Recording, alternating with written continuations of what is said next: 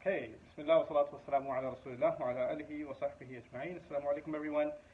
Just a few minutes inshallah to do some Quran questions with you for the week that you guys sent in. Some of them pretty interesting, some of them I found a little weird, but that's okay. We'll go through them and see what you guys had to ask.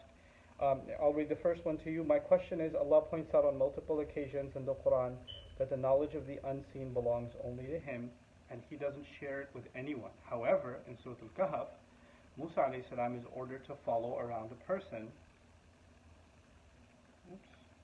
Musa alayhi salam is ordered to follow around a person who has, who as the surah progresses, has been given knowledge of the future. In my limited understanding, this qualifies as the unseen of a young child, meaning that the person is given knowledge of a young child who will eventually grow up to be disobedient to his parents.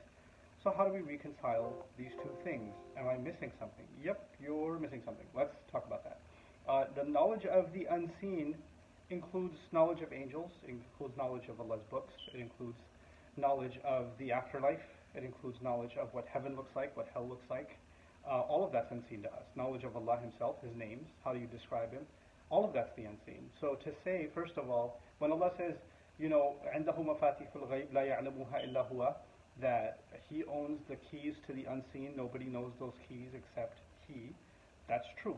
Nobody knows those keys except He, except some of that knowledge He does give us. وَيُعَلِّمُكُمْ مَا لَمْ تَكُونُوا تَعْلَمُونَ. He taught you something that you couldn't possibly have known. And so He taught, this person that accompanied Musa alayhi salam, who's not been named in the Quran, He taught him some news of what's going to happen in the future. As a matter of fact, some of that He even taught to the Prophet sallallahu alaihi wasallam. When He said Rome is going to be dominated, Rome has been dominated, but it will make a comeback against the Persian Empire within the next decade. So that was revealed in the Quran. It's knowledge of the future, and Allah can give knowledge of the unseen in whatever limited sense He wants, and that's up to Allah. He even says, وَمَا كَانَ اللَّهُ لِيُطْلِعَكُمْ عَلَى الْغَيْبِ. Allah will not be telling all of you about the unseen, but He will tell His Prophet if He wants, and that's in Surah Al-Imran.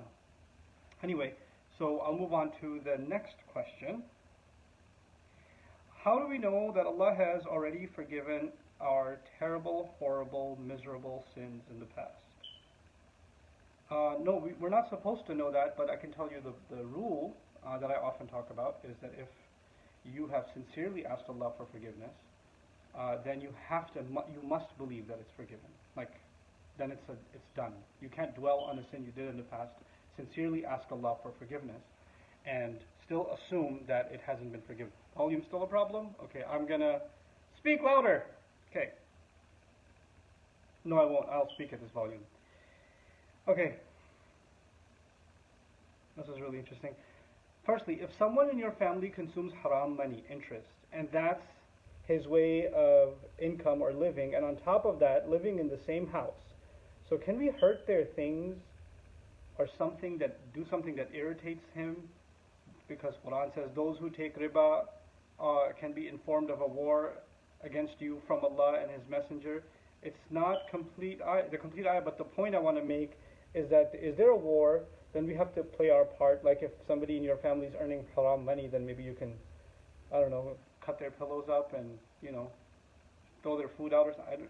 I don't know how you interpreted the ayah this way, but the ayah that's talking about those who consume riba and take advantage of others by loan sharking and taking advantage of people who can't afford anyway, and then give them a loan and then want so much more back, which is riba, those kinds of people that take advantage of the helplessness of others, that is actually, that's okay, your son wrote that, that's cool. Those kinds of people are engaged in a war against Allah and His Messenger. As far as in your family, if someone's doing something wrong, why do you think that those who did so much more wrong than that were in the families of prophets, and prophets never did anything against them? So we have to deal with even those who are disobedient to Allah in a loving, compassionate way and still fulfill their rights. Their judge in the end is Allah, not us. All we can do is advise. That's all we can do.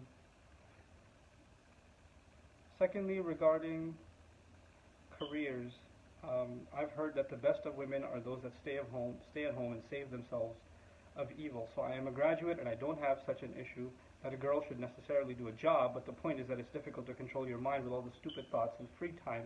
So it ends up in doing something wrong. Okay, so I think you've misunderstood that statement, and that's led to a lot of this confusion. Um, when women were told to stay at home, it is because if they were heading into environments or situations that are in and of themselves evil, or they're going out frivolously, then the Prophet ﷺ gave this advice. But it has nothing to do with you not having a career. Some of the most important tasks that were done in Medina society were done by women that went out and did work. Women and men used to both farm together at the time of the Prophet ﷺ and do other work and do trade.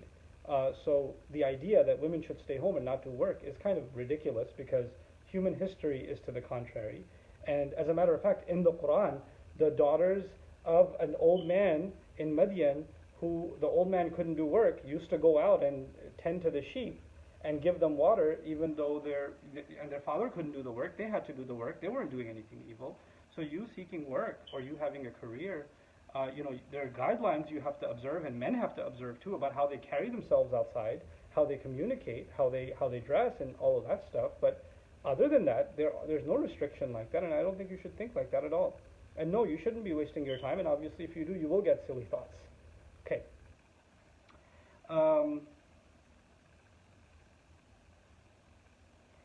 There are certain things about which Allah said that they're going to hit you no matter what, like the word musibah is used for it, yes, something that hits you. There are certain things that are a result of our own hands. In some cases it's obvious, but in some cases one can't determine what is from our own doing and what is not. In those situations, how should one carry themselves? Okay, so in some cases, you got hit by a truck, may Allah protect you, but if somebody got hit by a truck, it wasn't in their control, that's not up to you, that's from Allah. And if in some other situation you were speeding and you ran into a truck, obviously you're the one that's reckless, clearly you're at fault, you're the one that's responsible for what happened. But then there are some other situations in life where something happens to you and you're like, is this because I was sinning? Or is this because I hurt somebody's feelings? Is that why I got diagnosed with this disease? Or is that why I lost my job? Or is that why this terrible thing happened? And you will never know the answer to that, but I will tell you one answer. أَنَا عِنْدَ ظَنِّ عَبْدِي بِي. You have to assume of Allah the best things. Allah is not vindictive, and Allah is not petty like you and I can be. Like, oh, you did this, now I'm going to punish you this way. Allah doesn't operate that way. Allah is merciful and loving to His slaves. So for you to think that Allah is going to do that kind of thing for you illustrates that you have a really low sort of imagination of how loving Allah is. So we shouldn't assume bad of Allah, or that kind of, just waiting to punish us for some sin and ruin our life in some way. That kind of thing we have to get out of your mindset. Okay, let's see. Oh, that's an interesting question. It has to do with a story. First, I'll tell you a brief synopsis of the story, so that all of you can follow along with what's being said.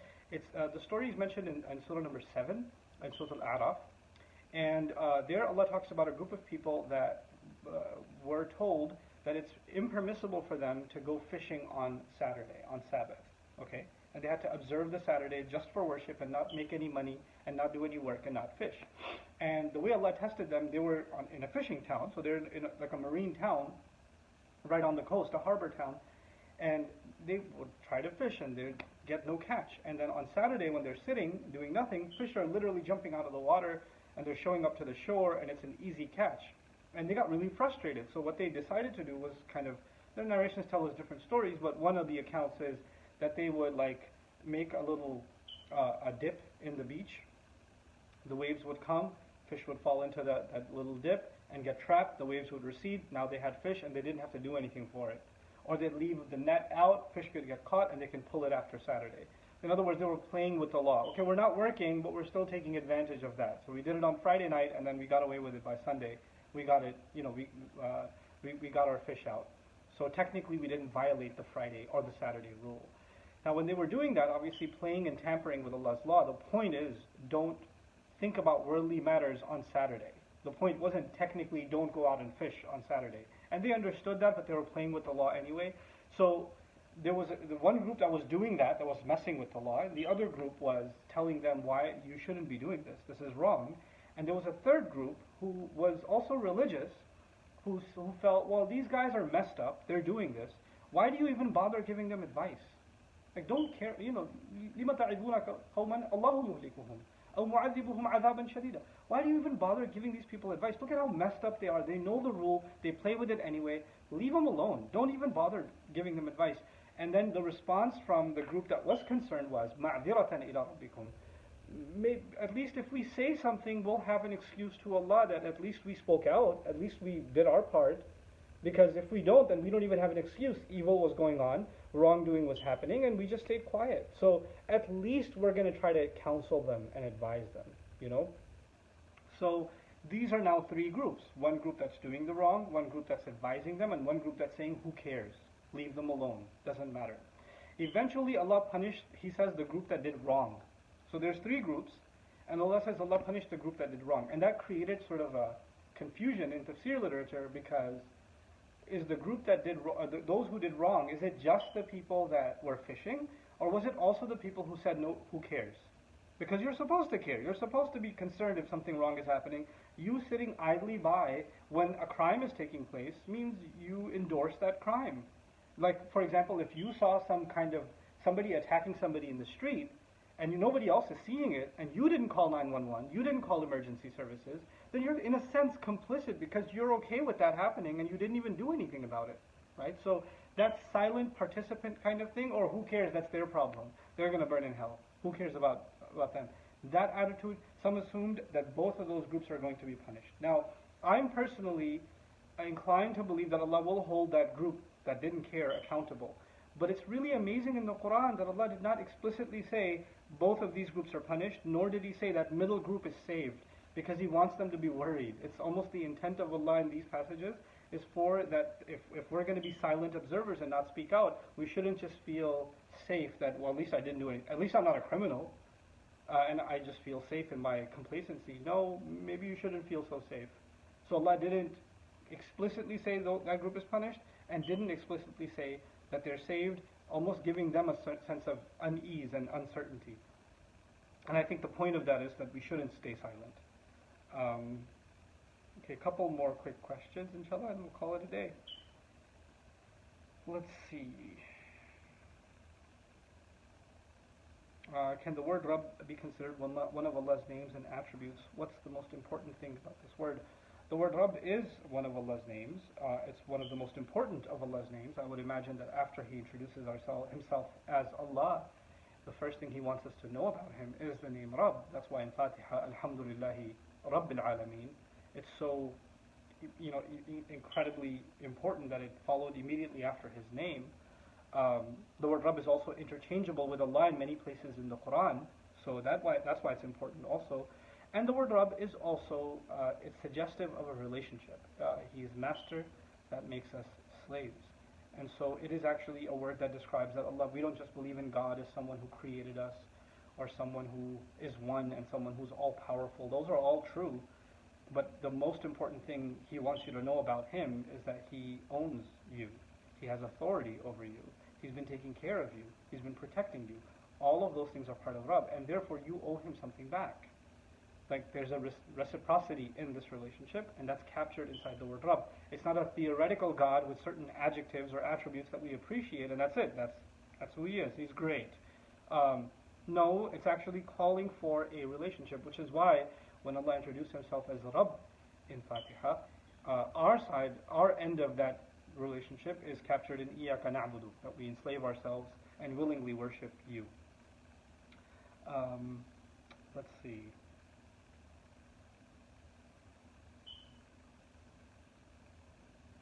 There's a long question about Surah Al-Muzammil and Muddathir. I'll probably take that on next week, inshallah. Okay, yeah, this is a really good question. I'll probably conclude with this one. My question is about something I've been thinking about for a long time, and that is the fact that there's so much repetition in the Quran.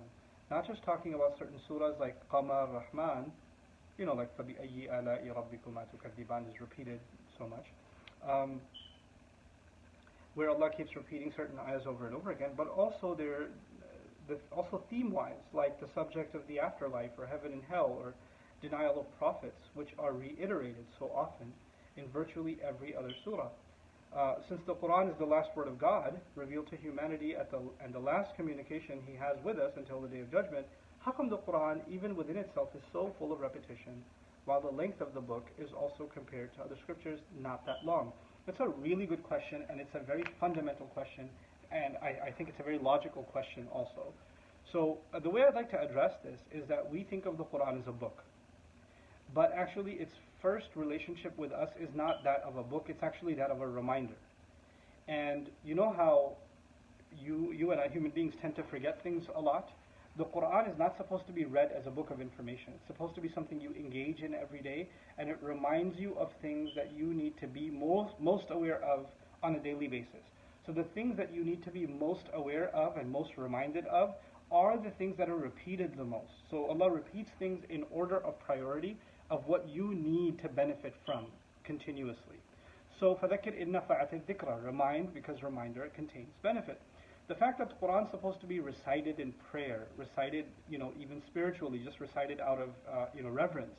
Every time you recite it, there are certain concepts that become, even though theoretically you know them, there is an afterlife. Of course, you and I know there's a heaven and a hell.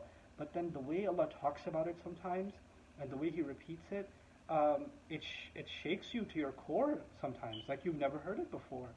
How many people have been studying Quran for ages and ages, and then they hear the Quran being recited in prayer, and they bawl in tears, even though they know the information. That reminder has an effect. The same way in life, there are some bits of advice that you just need at certain times, even though you know that information. The human mind can remember, but the heart forgets, and the heart needs reminder. And the Quran actually came, لَذِكْرَى لِمَنْ كَانَ لَهُ قَلْبٌ. It came as a powerful reminder for those who possess a heart. So it's actually a spiritual necessity that the Quran repeats itself in the way that it does. Now, having said that, that's probably my primary response to that question. But my secondary response to that question has to do with the fact that when I'm not just a student of the meanings and the language of the Quran, but also of the style of the Quran, the structure of the Quran. And I've come to the conclusion that actually every surah of the Quran, let's just say every main Meccan surah of the Quran, which revolves around faith issues, belief in prophets, the afterlife, the destruction of nations, certain lessons from history, the creative signs of Allah. There are only 5 or 6 major themes that keep interplaying with each other. What's really cool about those surahs is that, like in some surahs, Allah will order those 5 or 6 subjects a certain way. In another surah, He'll order them a different way. And every time He reorders them, even though you might think at first glance it's talking the same way or it's making the same point, it's not. It's actually making a profoundly different point from other places. And it's teaching you something profoundly different and profoundly new every time. So at a surface reading, it seems like it's the same, but at a deeper look, it blows your mind how different it can be. And a really good example of that, if you guys, I do something called an in-depth series of the study of the Quran. It's on Bayyina.tv. And if you guys look at my study of Surah Al-Mulk and Surah Qaf, those 2 surahs, I spent an entire day teaching Mulk and an entire day, again, teaching Surah Qaf. It's recorded, it's posted on there. Then I think you'll get an idea you'll appreciate what the repetition does and how, even if you read translation of Qaf and Mulk, you might see a lot of similarities. Like, okay, it's talking about the afterlife, it's talking about the Quran, it's talking about revelation and belief in prophets, get it. But when you take a deeper look, you realize it's just profoundly different, unique, and really uniquely beautiful. And it's something that deserves attention. We should get in the habit of reading the Quran or exploring the Quran in depth. That is one of the most beneficial spiritual exercises a believer can do in their life. That's so beneficial for our hearts and our connection to Allah, is to try to engage deeply with the Quran. And I'm hoping I can help you guys with that, with the service I'm trying to provide with my team on Bayyina.tv. So that's it for the few questions that I wanted to tackle this week, inshallah. Next week with some more interesting questions. Barakallahu li wa lakum. Assalamu alaikum wa rahmatullahi wa barakatuh.